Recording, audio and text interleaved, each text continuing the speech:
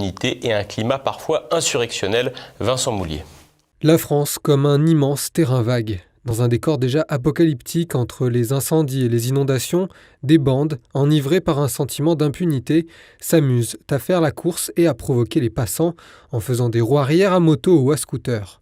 Ce phénomène, désormais baptisé rodéo urbain, est relativement nouveau, mais il est devenu extrêmement populaire cet été, provoquant de graves incidents. Des actes qui vont d'une forme d'amusement à des provocations criminelles.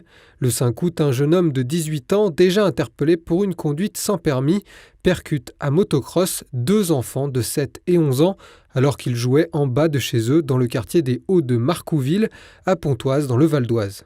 Le conducteur prend la fuite avant de se présenter le lendemain au commissariat de Cergy où il est écroué. L'une de ses victimes est depuis sortie du coma, mais risque de conserver toute sa vie de graves séquelles neurologiques. Des accidents qui se multiplient, certains sont loin d'être involontaires. En réalité, l'enjeu pour le conducteur est souvent de mettre en scène sa toute-puissance et sa volonté de contrôler un territoire en impressionnant la population. Samedi, un Afghan qui avait protesté contre un rodéo urbain à Colmar, dans le Haut-Rhin, est ainsi tué par balle. Cet habitant du quartier partageait un barbecue avant d'être importuné par le bruit d'un scooter.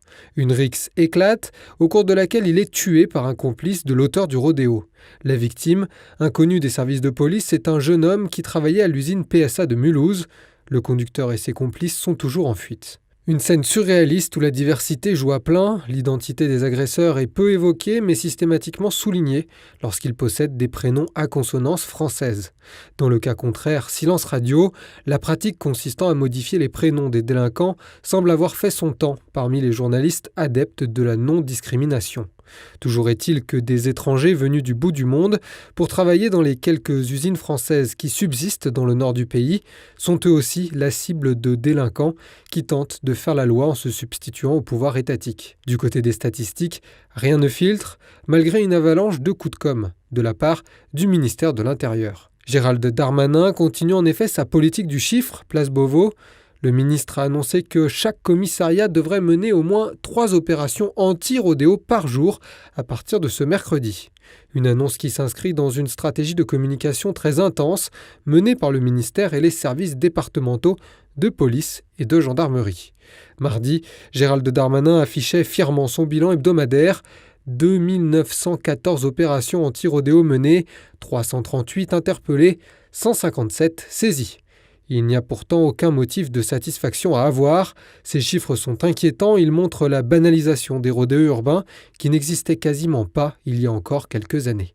D'autant que la peur de l'uniforme a disparu, sa vue provoque même des bouffées de haine anti-flic, selon une autre expression médiatique en vogue. On compte désormais un refus d'obtempérer toutes les 30 minutes en France, et les délinquants n'hésitent plus à tendre des embuscades aux forces de l'ordre. Mardi, 3 personnes ont été interpellées après la violente attaque qui a secoué le commissariat de Vitry-sur-Seine dans le Val-de-Marne le 1er août. Une offensive minutieusement préparée comme l'ont révélé leurs échanges téléphoniques. Peut-être le ministre de l'Intérieur finira-t-il par s'intéresser à ce phénomène inquiétant, mais les chiffres ne devraient pas être rendus publics. On reste avec